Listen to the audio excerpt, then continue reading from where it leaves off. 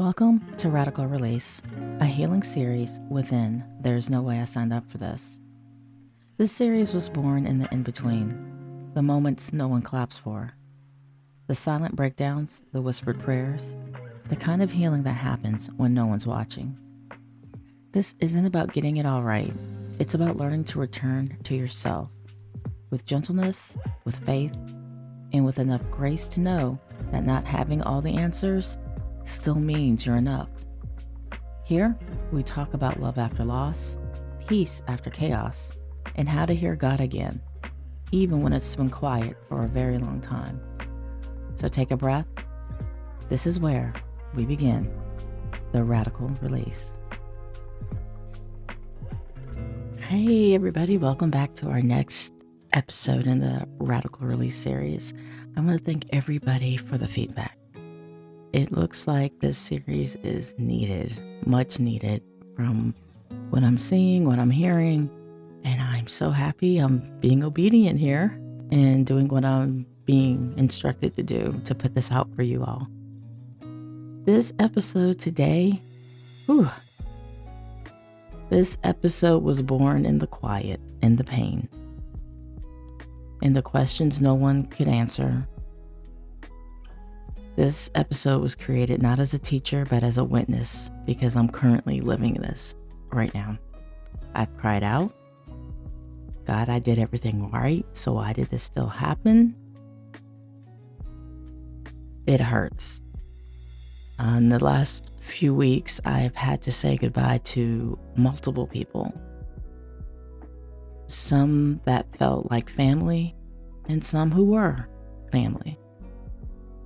And through all of the tears and the trying to hold it back and the going throughout my day with watery eyes, I've asked why. And today's episode is one of the hardest and the holiest. Why do bad things happen to good people? It's a question that's often whispered through tears, clenched fists, and sleepless nights. And if you asked it angrily, desperately, silently, you're not alone. So let's walk this together, not to give you answers, but to offer presence, to let you know that your questions are safe, and so is your pain. We don't ask this question, though, because we don't believe in God. We ask it because we do. Because somewhere deep down, we believe that the goodness should protect us. Our obedience should protect us. That if we're faithful, loving, obedient, then life should be that in return. But then comes the diagnosis, the betrayal, the abuse, the loss, the silence, and it doesn't make sense. So we ask God, why me? Why now? Why this? Why him? Why her? Why us? Here's the truth. God can handle your honesty. And if you were like me growing up, we've always been taught, you better not question God. Don't question God, right? But faith is not pretending you're okay. Faith is showing up for that conversation, even when all you have are questions. Scripture may not offer us a formula, but it does give us stories, real people, real pain, and a real God who never looked away. Let's look at Job, called blameless and upright in the eyes of God. And he lost everything. His children, his health, his wealth, all at once. He cried out in despair, cursed the day of his birth, questioned God boldly, and God didn't strike him down for it. God responded with presence. God never shamed Job for his sorrow. He met him in it. Then there's Paul, who suffered shipwrecks, beatings, imprisonment, abandonment, and yet he wrote from a prison cell, I have learned to be content, whatever the circumstances. Philippians 4:11. We often say, why do bad things happen to good people?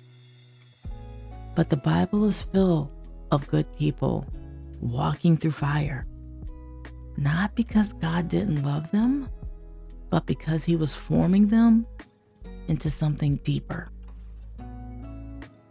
And let's be real, sometimes, especially the past few weeks, I'm like,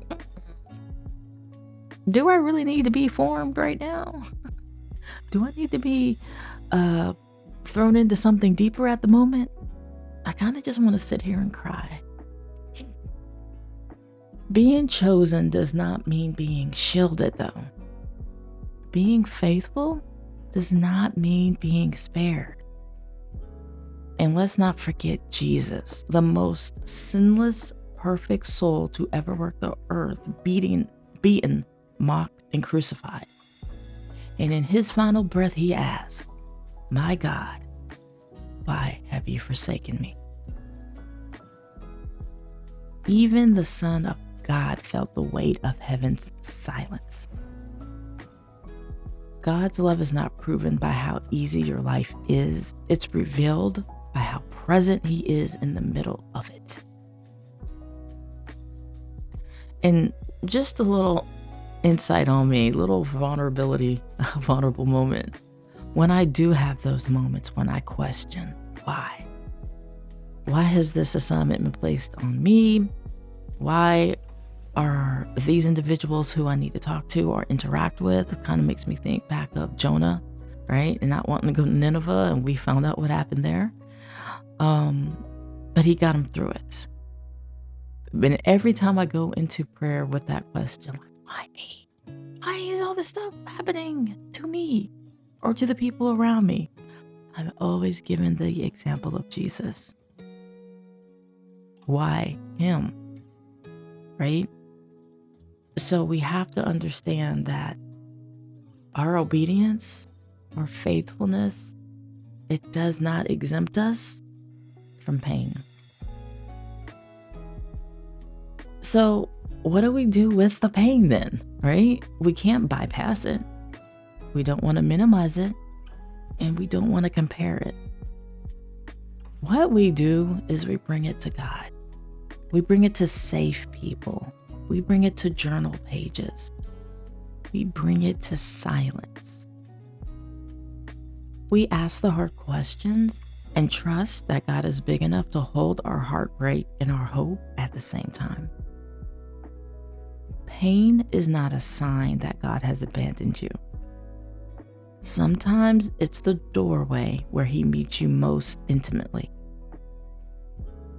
And when healing begins, it doesn't mean the questions disappear, but it means you no longer have to carry them alone. I was given some really good information recently, just because all of the loss I've experienced in the past few weeks. And I was told you don't have to carry it all at once. Because it's not just the loss of cousins and dear friends, it's work stress, it's life stress, it's all the stresses, right? But you don't have to carry all of them at the same time. You can place some down. Today, I'm gonna have to set this down. Today, I'm taking this to God. Today, I'm going to ask questions. Because let's go back to Jesus. One of his final last requests, our question to God was, why have you forsaken me?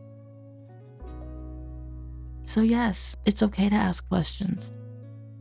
That shows your faith because you're waiting for answers. If you didn't have the faith, who exactly would you be asking the question to? So, your pain is not punishment. Your suffering isn't divine neglect. It's evidence of a world in need of redemption and a God who enters the broken places to begin that work. So if you're listening to this and you have experienced loss, if you experienced pain, if you're just going through it right now, know that even in the middle of your ache, God is weaving something sacred, not because you're strong, but because he's present. You ask, you shall receive. So go in prayer and ask, why is this happening? What am I learning from this? What do I need to do to get through it? And allow your faith to be stronger than the fear. Sure, cry, get angry, throw some stuff. Hopefully not at people though. Don't throw stuff at people. Get connected to your emotion and let that raw expression show. Because again, like I mentioned in some other parts on the channel, the YouTube channel, and if you're watching this on YouTube, hey, if you're not, go check us out. But like I mentioned last week, you have to acknowledge the pain to start the healing. And I know personally for me, sometimes I'll just duck my head down, stay under the smoke and keep pushing, right? Could be the military in me. But I do know that you can only do that so long. Grief, pain, it's like a jack in the box. And if you don't address it, it's just spinning that little lever, spinning and spinning. And sooner or later, it's going to pop out. So if you allow yourself to experience this in your safe spaces, in your safe places, you'll be more aligned to handle healing.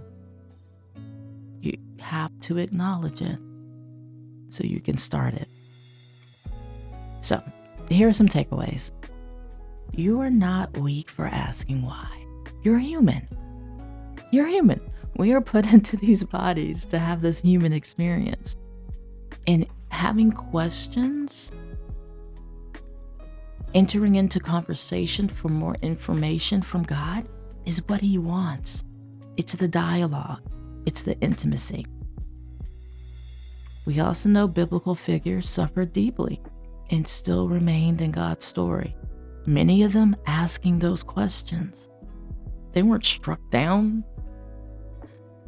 It's okay to go into dialogue. Pain is not evidence of divine punishment. It's often where the deeper purpose is born. Let's look at that for a minute. Most of my biggest moments in life where I've excelled, most of my biggest impacts in life where I have touched many, was built and birthed from my pain, more specifically abuse. My life's work has been working with abuse victims because I was that abused victim. My life's work is helping individuals heal and keeping faith because that's what I needed to survive. So again, pain is not evidence of punishment. It's often where the deeper purpose is born. So ask yourself, what is going on or what has happened to me where that pain was birthing a calling? That pain was birthing your purpose. You don't have to understand it all to be held in it fully. Sometimes the story is developed as you go. Very, very few times have I woken up with a concept and knew everything about it. And as I say, a lot of times when I'm developing stuff, it's kind of like building the plane as you fly. Probably should be making plane jokes right now, but that's my go-to analogy. You don't have to have everything when you start. You don't have to understand it all fully. And God doesn't expect you to walk through the pain in silence. He invites you to bring your full self to Him. So if that means questioning, if that means crying, if that means silence, the help is there. Because sometimes we don't have words. Sometimes the pain breaks us so deep that I don't have words. I just have the tears. But guess what? He can translate those too. So it's not knowing how to pray. because that used to intimidate me. I grew up in Catholic churches, so when I would go home to Georgia and my southern roots, where it was Pentecostal, when it was holiness, their prayer life is much different than Catholicism. And if you know both, you know what I'm talking about, right? And I always wondered, well, when I pray, it's very rosary-like, it's very Hail Mary full of grace-like, it's very the Son of the Trinity-like, versus the Father God, versus the up-tempo, versus the speaking in tongues and things of that nature. So if I wasn't doing that, was I wrong? Was my message not getting across? Here's the takeaway. Your interaction and conversation with God is not built and based on what other people are wanting or thinking it should look. God consciousness, right? I know God's around me all the time. So I just talk. I talk as if he's sitting right beside me. I speak every day, even in traffic jams, like, all right, Lord, I need patience to get through this. You know? It's a conversation, and don't let your comparison to other individuals make you feel like yours isn't worth the time. It is. And sometimes when you're having that conversation in the depths of your pain, it's much more amplified. So everybody has their different ways of communicating with God. It's not how you do it, it's why you do it, right? So I offer that for some because I know for me, that was a space where I'm like, well, I don't sound like that when I pray. I shouldn't. That's not who I am authentically. God doesn't want you to perform. God doesn't want a show. Not saying that that's performances and that's a show. Not saying that at all. I'm saying God wants your authentic self. And if that's not you, then it's not you. And that's okay. God hears you in your whispers. God hears you in your tears. So, as we wrap up this episode, I want to offer space for anyone who's really challenging experiences and pain right now. You're not alone. And there's so many who can relate to this. So I offer not to be comparing yourself to other people, how they pray, how they go into their prayer closets, how they might take up a rosary and start praying. You have an authentic relationship. You do what is right for you. God hears all languages, all expressions, even in the silence. He hears all. So for our reflection exercise, find a quiet place, a quiet space. It could be in nature, it could be on a walk, it could be on a drive.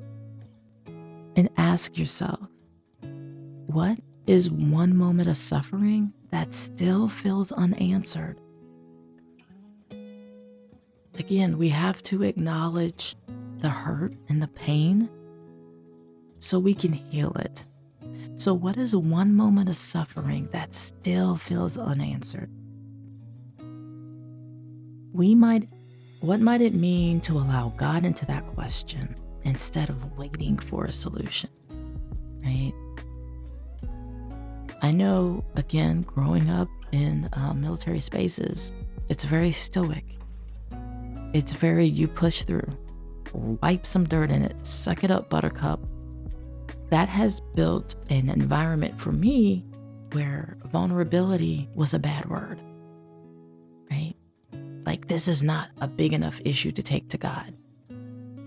Anything that impacts you is a big enough issue to take to God. So what might it mean to allow God into that question of one moment of suffering that still feels answered? And then watch what happens. I suggest having a journal or even your notes app. I'm an Apple user, so I have notes. I don't know what you Android peeps got. I guess it's a notes. I don't know. But watch for God hugs, God touches.